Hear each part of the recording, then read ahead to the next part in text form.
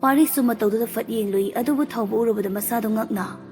Thawba machinda sonjeram thong fat hangdoi. Thawbana oi namito kaida pangi natraga nakuk yaudabro saita kana lakli kaidawri yengba hitabro nang. Pari urubada wa makha taba ngamda maya kaduna lei. Pari tablapna thawba sungakna. Pari ani magwalang amata ngangnadi amana amabu yengduna leinei matawduda prem tholaktuna. Sir ani magyan khangtata mamai leithoknari. Thawba Pari bai fit yenglamlaga chatkhri. Aibu kauramna roidra thawbon silaktuna wa amata ngangda tumi leptuna lei.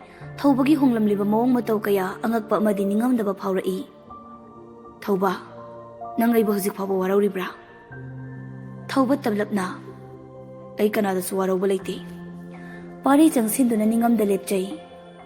Tasengna aidi matik chadraba marupni. Nungaibada itinba waraklaba matamda mai leiba haibado ai oira male. Sorry Thawba. Mamai lukthaduna lei Thawba nofe tawna. Pari tapna non khalai. Ai nangbu yam ningsingki. Ngasi nangbu urubada thamoi si khara yangbagum. Nangum marupti mafam kaida thirasu phangloi. Nang naigidama honakhidaba kari yawkhibagi. Matam amada aigi ima ipa sakna aibu senakhibana hapni. Ai nangbu yamna miss tawkhi Pari. Sangsinduna Pari bu mathada chena konchinja taniklaba khonjelna. Hojiksu nangbu ningsingliye. Pari shu Thawba bu konchili prem su Pari amadi Thawbagi matawduda nofet tawna yengi. Mikup kharagi tung animak amana amabu thadoknai. Pari schoolda khuttinja. Yengo mafam sida nangshu ningsinglamgani haina khali. Thawba su schoolda yengi. Matamda amuk halakladi kayam nungaigani. Yam honglamli taseng nongli nangge shigumlaba saktam si urubada ai kayam harawi khangbra Thawba. Shini punshigi makhal mathel haibado nangdi kamdawri keke hotnariba. Rimsta puri Thawba taseng nang uradi mama yam harawrani ko. Mama anadi nangbu yam sonjabani. Nang komlaga amta law ko. Dr. Sahib ki akombam ta haibir odana nanay adum ningjerake. Handaki Tuesday the off ni adalaw. Yes boss. Ado hajikte kitang thuri halamage. Nang nakadaida. Ko na khangloda. Halamage ko Pari. Hoy. Ani mama kut sokna duna Thawbana mang thana gari thawki. Thawbagi maika yenghauduna. Thawba taseng ngasidi nanggi honglakliba saktam si uraga thamoi santi phangli. Mathakta amuk yengkhacha. Thank you God. Thawba anawba punsi ama sinabibagi haningai leita thagachari. Harauna leisa hoi tamna haitharai. Ngayaki matung leisa hoi yaurabada thongkalda gari khamni. As aibu kari haragano changdusibo. Luong hanglakli ni hairasirane. O Pariya ang taseng ngawba hurok na boyre ko. Ngayak sum leirambadagi. Era mi mang sida phajade thokpa ma laksasane changdari changlagi. Gari do sumang tamna thauchilai. Luhongbagi mi sumarang marang ni tawnaribadu tanjadu da leisa mayamgi chayen ba tholai. Pari di leisa urubada maithong momonokcha leisa bu nungsina yengjerai. Leisa chayelam laga yengthorokpa matamdadi Pari leptuna leirambadu urubada nokfet tawi. Doctor kabiro. Pari khong lagthoke tawringai. Yam chairi adum tonglo doctor. Yanida. Lagthoklamduna changlai. Sida phambiramo aida da kaurugi. Pari bu phamalam laga maning changki. Kaino in tawrisibo. Kari wakhalno aina khalisibo. Tasengna kari bunoba. Leo tholaktuna. Pariya. Tamo. Hojik laklena na luhongla oharo nangisibo. Tamo lakanida. Sum thabak leibra na sumda laambadu da hajilakpani. Luhong famdabu thabaki thabak ngaktani. Pari fuk hagotli. Kai thabak na tamo. Famuni nangbo. Pochai sembani mayamna loi khri cha thaksira. Leishana cha puthorai. Isana khangna puthok charakli. Pari cha do ubada pakhat pabu phawi. Yarani tamo thaktrasu. Doctor pakhat pigano kem haptrawani. Leo ngakna. Kaino aisina. Dada nahan muk cha thakhibado aidi ahanbada sakse yam hautena thum oina hapkhiba. Ai chan kaino nang mungawrabra. Leisa machin khumja. Kanana khangnya hanadi khonda yam hauktaboina khaluri aisu sorry hai khradudi Pari di mataudu da thawai tana yengjai Pariya sound ko masi amung lekhatpani Tamo madu shuka wangam la roida ba thodo gamani da Ngayaki matung chatning da Tamo du di ai shum chaluki hoi ado hayeng sai jing boni koi ro dana Hayeng di yaru tamo lohong badoi na ngana laklagi O fare lao tindoge Laisa change tawbaga pari na Laisa chaluki ge Hoi doctor Nungsina yengjeramduna thoki numidangi matamni chak chana pari na mama ngasi diam thajadana misham thine kana malya kanano ne mama na yam toina uning haiba misakto kanano ngai ko nangi shi thawbadi nate ko mane mama ha icha thawba bo madi kamdau hawriya hanagum adum lairibra mama ma yam honglamli thawba tasingna punghung honglamli masa mauga se khupajawani he as khunai di seliba bijol duna khangi ma gyan fajena tare haiba ma shu thaba amagi lakpani thuna jakki gadabani na wari pakna sana haudre as icha do thokna uning khreda kamdau ni idea isa gi masak to yamna yengningi ne handaki tuesday da ma shoidana lakani ais off la yenumito ha asembagi lakadra ne mama thawbudi haikiba wangak na chatpa mini ma lakani hairambani na shoidana lakani Anthokna nungai da ko icha do urani khanbada hajing ma hekta uning la ini idea Leo amadi Rina gi luhongba numitni laisa chamna kejeduna lei hanadagi ningthi jabadu ubada ngawroidaba kanabu leiruni Pari suluhongba yawba lakli adubu laisa udabada laisa gi maikai tabu yengi Mabung chatlamdai photo kaplamdai tholakpa matamdadi uri laisa gi saktam Laisa gi maithong urubada pari masadu tawpham khangkhidi amukta songkhidriba mihunni humang anapibu kanglai as kaino masisibo kaino na tawrisibo mashadu tawpham hena khangdi laisa na phamlibadu phone thangatuna photo copy laisa dagi hena mitham hongba sungamdi chatningda Rina bu lawba chakhi luhongfam da sum leirambadagi laisa bu uningbana helak tholaktuna liyo hoida muk lakli Laisa ngakna doctor chalagi hairo Natida ada khangna ba kana sulaite ada tandana laaba changshila odadi pot hanboina yawru law aduna bu farani ne pari changlaktuna yawminari leisabi macha mayamdi pari ubada nofe tawna wari sana dana punna langli adubu pari gi mathaudi leisabu lona yengjabana magi mathau oirari loiraduna pari su mayumda halakri mayum yawra matung tumba changjarai Laisa gi saktambu laksinja momonokna Laisa ngasidi aigi thamoi leitaba ngamkhidi nungsiba haibado nauna yening chonglaklaboi ngasidi aigi punsida nauna nungsiba masak khanglakle photo dubo amuk yengja kaigino nangi maithongna aigi thamoibu asuk chingsiliba kari mayabu pubano nangbo jum tawraga yengi as sidi kainom sum tawsilaklida Kainu koksida laisana tala kanasu khandrisibo amukshu momono I mase atagi nate mabu nungsibagini mane mase mabu nungsibagini nungsiba aina laisabu nungsiba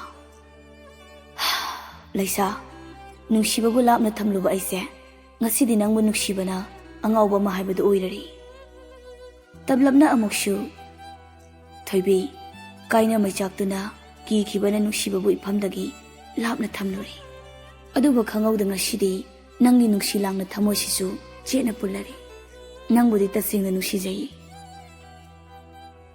nungthilgi matamni thawba laisagi photo yengi dagi thawai ngasidi sasiamna chokthari wabana sulori aduba nangi saktamsi yengjabaga awaba pumaloina kokjai tasingna agi pothapam haibado nahakni Thongsin maya dagi chanuna Saramta chango Sir file sing se check amta tawbigera aina budi yengjari piro file do pibada tanja lauduna thawbagi makutta thenglui thawbagi makut thenglubada harauna masa tawpham khangde chanu yarani thawbagi nakanda naksin adum leptuna lei sigi che sidi prem da piko sir ꯌꯥꯝ ꯊꯨꯅ ꯁꯤꯁꯇꯦꯝꯁꯤꯡꯁꯦ ꯂꯣꯏ ꯈꯪꯉꯤ, ꯌꯥꯝ ꯐꯩ. ꯃꯁꯤꯅꯤ ꯊꯕꯛ ꯑꯃ ꯇꯧꯒꯦ ꯈꯜꯂꯕꯗꯤ ꯄꯨꯛꯅꯤꯡ ꯍꯛꯆꯥꯡ ꯆꯪꯅ ꯇꯧꯒꯗꯕꯅꯤ. ꯁꯥꯔꯒꯤꯅꯤ ꯍꯥꯏꯔꯗꯤ ꯉꯝꯂꯣꯏꯗꯕ ꯀꯔꯤꯁꯨ ꯂꯩꯇꯦꯗ. ꯋꯥꯍꯩꯗꯨꯗ ꯊꯧꯕ ꯌꯦꯡꯈꯠꯂꯛꯇꯨꯅ, ꯀꯩꯕꯣ? ꯑꯣꯐꯤꯁꯁꯤꯒꯤꯅꯤ ꯍꯥꯏꯔꯗꯤ ꯉꯝꯂꯣꯏꯗꯕ ꯀꯔꯤꯁꯨ ꯂꯩꯇꯦ, ꯑꯉꯝꯕ ꯍꯣꯠꯅꯅꯤ ꯍꯥꯏꯖꯕꯅꯤ ꯁꯥꯔ. ꯁꯥꯔꯅꯁꯨ ꯑꯩꯒꯤ ꯆꯤꯔꯕ ꯃꯇꯝꯗ ꯀꯟꯕꯤꯔꯤ. ꯁꯥꯔꯒꯤꯗꯃꯛ ꯍꯣꯠꯅꯕꯗꯁꯨ ꯋꯥꯕ ꯀꯧꯕ ꯂꯩꯖꯔꯣꯏ ꯍꯥꯏꯖꯕꯅꯤ. ꯃꯤꯒꯤ ꯈꯜꯂꯒ ꯊꯕꯛ ꯀꯩꯗꯧꯅꯨꯡꯗ ꯇꯧꯒꯅꯨ. ꯅꯁꯥꯒꯤ, ꯅꯪꯒꯤ ꯇꯨꯡꯒꯤꯗꯃꯛ ꯈꯜꯂꯒ ꯇꯧꯒꯗꯕꯅꯤ. ꯃꯗꯨꯃꯛꯅꯤ ꯇꯧꯔꯤꯕ. ꯑꯣꯀꯦ. ꯊꯧꯕ ꯋꯥ ꯃꯈꯥ ꯇꯥꯗ ꯃꯥꯒꯤ ꯇꯧꯐꯝ ꯊꯣꯛꯄ ꯇꯧꯔꯤ. ꯆꯠꯅꯨ ꯆꯠꯇꯤ ꯆꯠꯅꯤꯡꯗ ꯊꯣꯛꯇꯕꯗꯤ ꯌꯥꯗ ꯇꯞꯂꯞꯅ. ꯁꯥꯔ, ꯊꯕꯛ ꯑꯃ ꯂꯩꯔꯤꯕꯣ? ꯂꯩꯇ꯭ꯔꯦ, ꯍꯟꯒꯦꯁꯨ ꯍꯜꯂꯨ. ꯅꯠꯇꯦ ꯁꯥꯔ, ꯂꯩꯔꯗꯤ ꯇꯧꯊꯣꯛꯀꯦ ꯇꯧꯕꯅꯤ. ꯌꯥꯔꯅꯤ, ꯑꯩꯁꯨ ꯍꯜꯂꯅꯤ, ꯍꯜꯂꯨ. ꯆꯅꯨ ꯎꯄꯥꯏ ꯂꯩꯇ ꯆꯥꯛꯅ ꯌꯦꯡꯗꯨꯅ ꯊꯣꯛꯂꯛꯏ. ꯃꯁꯤ ꯅꯨꯄꯥꯁꯤꯕꯨ ꯏꯪꯒꯤꯠ ꯏꯔꯥꯡꯒ ꯀꯩꯝ ꯈꯪꯗꯕ꯭ꯔꯥꯕ? ꯉꯁꯤꯅ ꯏ ꯀꯥꯔꯛꯇꯅ ꯊꯣꯛ ꯍꯥꯏꯔꯨꯅꯤ. ꯌꯥꯝ ꯄꯪꯁꯤꯟꯅꯔꯗꯤꯕ. ꯃꯆꯤꯟꯗ ꯃꯨꯔꯨꯝ ꯃꯨꯔꯨꯝ ꯁꯣꯟꯖꯗꯨꯅ ꯁꯥꯎꯅ ꯊꯣꯛꯈꯤ. ꯌꯦꯟꯗꯥ ꯑꯌꯨꯛꯀꯤ ꯑꯉꯟꯕ ꯃꯇꯝꯅꯤ. ꯃꯦꯝꯆꯥ ꯉꯟꯇꯥ ꯍꯧꯒꯠꯇꯨꯅ ꯂꯣꯏꯁꯤꯟꯖꯔꯤ. ꯊꯧꯕꯅ ꯄꯥꯝꯖꯕ ꯎꯇꯤ ꯃꯊꯦꯜ ꯊꯤꯔꯔꯤ. ꯄꯥꯔꯤꯁꯨ ꯍꯧꯒꯠꯂꯛꯏ. ꯀꯩꯅꯣ, ꯉꯁꯤꯗꯤ ꯉꯟꯇꯥ ꯌꯨꯝꯒꯥꯁꯦ ꯂꯪꯇ꯭ꯔꯤꯛ ꯂꯪꯉꯝꯃꯤꯗ. ꯍꯣꯏ, ꯑꯩꯈꯣꯏ ꯏꯆꯥ ꯂꯥꯛꯆꯔꯅꯤꯌꯦ, ꯑꯗꯨꯅ ꯂꯪꯗ ꯌꯥꯔꯤꯕ꯭ꯔꯣ? ꯐꯔꯦꯗ. ꯂꯥꯛꯈꯣ ꯂꯥꯛꯈꯣ, ꯐꯔꯦꯗ ꯂꯥꯏꯔꯤ. ꯐꯝꯃꯨ ꯂꯥꯎ, ꯀꯩꯅꯣꯝ ꯍꯪꯒꯦ. ꯀꯩꯕꯨꯅꯣ ꯃꯃꯥ? ꯃꯃꯥꯗ ꯋꯥ ꯂꯣꯠꯀꯅꯨ. ꯍꯟꯇꯛ ꯅꯪꯒꯤ ꯃꯥꯏꯊꯣꯡꯗ ꯑꯍꯣꯡꯕꯒꯤ ꯃꯃꯤ ꯌꯥꯝ ꯎꯏ. ꯀꯩꯗꯧꯔꯦ? ꯃꯃꯥ, ꯑꯩꯕꯨ ꯀꯩꯗꯧꯔꯒꯦ? ꯅꯪꯁꯦ ꯑꯩꯒꯤ ꯏꯆꯥꯅꯤ. ꯊꯥꯕꯨꯝ 10 ꯏꯁꯥꯗ ꯅꯥꯎꯀꯣꯟꯅꯗꯨꯅ ꯂꯩꯔꯛꯄ ꯅꯪꯅ ꯍꯣꯡꯂꯛꯄꯗ ꯃꯃꯥꯅ ꯈꯪꯂꯣꯏ ꯍꯥꯏꯅ ꯈꯟꯕ꯭ꯔꯣ? ꯄꯥꯔꯤ ꯀꯔꯤꯁꯨ ꯈꯨꯝꯗꯦ. ꯍꯥꯏꯌꯨꯅꯦ, ꯃꯃꯥꯅ ꯆꯤꯡꯅꯔꯤꯕꯁꯤ ꯁꯣꯏꯗꯅ ꯑꯣꯏꯒꯅꯤ. ꯃꯃꯥꯅ ꯀꯔꯤ ꯆꯤꯡꯅꯔꯤꯕ? ꯏꯆꯥꯒꯤ ꯊꯃꯣꯏꯗ ꯀꯅꯥꯒꯨꯝꯕꯤ ꯑꯃꯒꯤ ꯃꯃꯤ ꯇꯥꯔꯛꯂꯦ. ꯃꯃꯥ ꯈꯪꯉꯦ. ꯍꯥꯏꯌꯨ, ꯆꯨꯝꯕ꯭ꯔꯣ? ꯃꯃꯥ, ꯑꯩ ꯃꯃꯥꯗ ꯋꯥ ꯂꯣꯠꯄꯁꯨ ꯉꯝꯗꯦ. ꯑꯆꯨꯝꯕꯅꯤ ꯃꯃꯥ. ꯑꯩ ꯀꯅꯥꯒꯨꯝꯕꯤ ꯑꯃꯕꯨ ꯅꯨꯡꯁꯤꯔꯨꯔꯦ. ꯇꯁꯦꯡꯅ ꯃꯍꯥꯛꯄꯨ ꯊꯃꯣꯏꯁꯤꯗ ꯂꯥꯠꯆꯔꯛꯂꯤ ꯃꯃꯥ. ꯍꯥ, ꯃꯃꯥ ꯌꯥꯝ ꯅꯨꯡꯉꯥꯏꯔꯦ. ꯍꯥꯏꯌꯨ, ꯀꯅꯥꯅꯣ ꯃꯍꯥꯛꯇꯨꯕꯣ? ꯄꯥꯔꯤ ꯈꯨꯝꯕ ꯉꯝꯗ ꯇꯨꯃꯤꯟ ꯂꯩ. ꯃꯦꯝꯆꯥꯅ, ꯍꯥꯏꯌꯨꯅꯦ, ꯀꯅꯥꯅꯣ ꯏꯃꯧꯗꯨꯕꯣ? ꯄꯥꯔꯤ ꯃꯃꯥꯗ ꯌꯦꯡꯕꯇꯃꯛ ꯌꯦꯡꯉꯤ, ꯑꯗꯨꯕꯨ ꯆꯤꯝꯕꯥꯜꯗꯒꯤ ꯋꯥꯍꯩ ꯑꯃꯠꯇ ꯀꯥꯡꯊꯣꯛꯄ ꯉꯝꯗꯦ. ꯄꯥꯔꯤ, ꯀꯩꯒꯤꯅꯣ ꯇꯨꯃꯤꯟ ꯂꯩꯔꯤꯕ? ꯀꯅꯥꯅꯣ ꯏꯃꯥꯗ ꯍꯥꯏꯌꯨ. ꯃꯃꯥ, ꯂꯩꯁꯥꯅꯤ. ꯍꯥ, ꯂꯩꯁꯥꯅꯤ ꯍꯥꯏꯕ? ꯄꯥꯔꯤ ꯃꯃꯥꯏ ꯂꯨꯞꯊꯖ ꯇꯞꯂꯞꯅ. ꯃꯃꯥ, ꯈꯪꯉꯤ. ꯃꯍꯥꯛ ꯂꯨꯍꯣꯡꯂꯨꯔꯦ ꯍꯥꯏꯕ, ꯑꯇꯣꯞꯄ ꯁꯥꯒꯩꯗ ꯇꯤꯜꯂꯨꯔꯦ ꯍꯥꯏꯕ ꯅꯆꯥ ꯄꯨꯝꯅꯃꯛ ꯈꯪꯉꯤ. ꯑꯗꯨꯕꯨ ꯃꯃꯥ, ꯊꯃꯣꯏꯁꯤꯗ ꯃꯥꯕꯨ ꯅꯨꯡꯁꯤꯒꯅꯨ ꯍꯥꯏꯕ ꯌꯥꯔꯛꯇꯦ. ꯃꯥꯒꯤ ꯆꯝꯖꯔꯕ ꯃꯑꯣꯡ ꯃꯇꯧ ꯀꯌꯥꯅ ꯃꯥꯒꯤ ꯅꯥꯛꯇ ꯊꯃꯣꯏꯁꯤꯁꯨ ꯑꯗꯨꯃꯛ ꯆꯤꯡꯁꯤꯜꯂꯤ. ꯃꯃꯥ, ꯑꯩꯕꯨ ꯅꯧꯍꯧꯅꯅ ꯅꯨꯡꯁꯤ ꯌꯦꯅꯤꯡ ꯆꯣꯡꯍꯟꯕꯤꯔꯔꯤ. ꯅꯨꯡꯁꯤꯕ ꯊꯝꯂꯣꯏ ꯈꯟꯖꯅ ꯃꯥꯕꯨ ꯅꯨꯡꯁꯤꯕꯅ ꯉꯥꯎꯔꯛꯂꯤ. ꯑꯩ ꯃꯥꯕꯨ ꯊꯋꯥꯏ ꯑꯃꯒꯨꯝ ꯈꯟꯖꯔꯨꯔꯤ ꯃꯃꯥ. ꯀꯔꯤꯒꯨꯝꯕ ꯂꯩꯁꯥ ꯏꯕꯥꯅꯤꯗꯒꯤ ꯑꯃ ꯈꯜꯂꯣ ꯍꯥꯏꯔꯕꯗꯤ ꯅꯪ ꯀꯅꯥꯅ ꯈꯟꯒꯅꯤ? ꯏꯃꯤꯠꯇ ꯑꯍꯥꯟꯕ ꯎꯖꯕꯗꯤ ꯃꯃꯥꯅꯤ. ꯃꯃꯥꯕꯨ ꯍꯨꯟꯗꯣꯛꯇꯨꯅ ꯀꯅꯥꯕꯨꯗꯤ ꯈꯟꯕ ꯉꯝꯒꯅꯤ ꯃꯃꯥ? ꯃꯗꯨꯗꯤ ꯃꯤꯠ ꯎꯏꯁꯤꯜꯂ ꯐꯥꯎꯕ ꯃꯃꯥ ꯍꯥꯏꯕ ꯇꯥꯕꯅꯤ. ꯄꯨꯝꯅꯃꯛ ꯇꯝꯕꯤꯔꯛꯄ ꯑꯩꯈꯣꯏꯒꯤ ꯅꯨꯡꯁꯤꯕ ꯄꯨꯝꯕ ꯃꯃꯥꯅꯤ. ꯃꯃꯥ ꯅꯠꯇꯕ ꯑꯗꯨꯕꯨꯗꯤ ꯀꯅꯥꯕꯨ ꯈꯟꯕ ꯉꯝꯒꯅꯤ? ꯃꯃꯥꯏꯗꯨ ꯂꯨꯞꯊꯈꯤ ꯃꯦꯝꯆꯥꯅ. ꯑꯗꯨꯕꯨ ꯅꯪꯕꯨ ꯂꯩꯁꯥꯅꯗꯤ ꯅꯨꯡꯁꯤꯕ꯭ꯔꯥ? ꯑꯩꯅ ꯃꯥꯕꯨ ꯑꯁꯤ ꯌꯧꯅ ꯅꯨꯡꯁꯤ ꯍꯥꯏꯕ ꯐꯥꯎꯕ ꯈꯪꯂꯝꯂꯣꯏ ꯃꯃꯥ. ꯅꯨꯄꯥ ꯑꯃ ꯑꯣꯏꯔꯒ ꯑꯗꯨꯛ ꯄꯥꯡꯗ꯭ꯔꯤꯕ ꯀꯩꯒꯤ? ꯄꯥꯔꯤ ꯃꯃꯥꯏ ꯅꯣꯟꯈꯠꯂꯛꯏ ꯉꯛꯅ. ꯃꯃꯥ. ꯃꯦꯝꯆꯥ ꯃꯣꯃꯣ ꯅꯣꯛꯅ. ꯏꯆꯥꯒꯤ ꯅꯨꯡꯁꯤꯕꯗ ꯃꯃꯥ ꯌꯦꯠꯂꯣꯏ. ꯃꯃꯥ ꯑꯣꯏꯕꯤ ꯑꯩꯈꯣꯏꯒꯤ ꯅꯨꯡꯉꯥꯏꯕꯗꯤ ꯃꯥꯒꯤ ꯃꯆꯥꯁꯤꯡꯅ ꯅꯨꯡꯉꯥꯏꯅ ꯂꯩꯖꯈꯤꯕ ꯑꯗꯨꯕꯨꯅꯤ ꯃꯃꯥꯁꯤꯡꯒꯤ ꯅꯨꯡꯉꯥꯏꯖꯕ. ꯅꯪꯅ ꯋꯥꯅ ꯂꯩꯔꯒ ꯃꯃꯥ ꯋꯥꯒꯅꯤ. ꯅꯪꯅ ꯅꯨꯡꯉꯥꯏꯅ ꯂꯩꯔꯒꯅꯦ ꯃꯃꯥ ꯅꯨꯡꯉꯥꯏꯒꯅꯤ ꯄꯥꯔꯤ. ꯑꯗꯨꯕꯨ ꯃꯃꯥ, ꯃꯥꯗꯤ ꯂꯨꯍꯣꯡꯂꯨꯔꯦ. ꯃꯃꯥ ꯀꯔꯤꯁꯨ ꯈꯟꯗꯕ꯭ꯔꯥ? ꯃꯥ ꯂꯨꯍꯣꯡꯂꯨꯔꯦ, ꯑꯗꯨꯕꯨ ꯃꯥ ꯑꯣꯛꯇꯕꯤꯗꯤ ꯑꯣꯏꯔꯨꯗꯦꯗꯅ. ꯌꯦꯡꯉꯣꯏ, ꯃꯃꯥꯁꯨ ꯅꯨꯄꯤꯅꯤꯅꯦ. ꯂꯩꯁꯥꯗ ꯊꯦꯡꯅꯔꯝꯒꯗꯕ ꯑꯋꯥꯕꯗꯣ ꯃꯃꯥ ꯂꯣꯏꯅ ꯈꯪꯉꯤ. ꯃꯗꯨ ꯄꯨꯝꯕ ꯃꯥꯅ ꯊꯣꯛꯍꯟꯅꯤꯡꯕ ꯅꯠꯇꯤꯌꯦ. ꯑꯃꯔꯣꯝꯗ ꯊꯃꯣꯏ ꯆꯥꯎꯕꯤ ꯍꯥꯏꯕꯗꯣ ꯃꯍꯥꯛꯅꯤ. ꯂꯩꯁꯥꯅ ꯏꯃꯧ ꯑꯣꯏꯕꯗ ꯃꯃꯥꯒꯤ ꯃꯥꯏ ꯁꯣꯛꯅꯤꯡꯉꯥꯏ ꯀꯔꯤꯁꯨ ꯂꯩꯇꯦ. ꯃꯥꯕꯨ ꯏꯃꯧꯅꯤ, ꯏꯆꯥꯅꯤ ꯍꯥꯏꯅ ꯉꯛꯁꯤ ꯊꯥꯡꯒꯠꯂꯒ ꯆꯠꯀꯗꯧꯔꯤꯕꯅꯤ.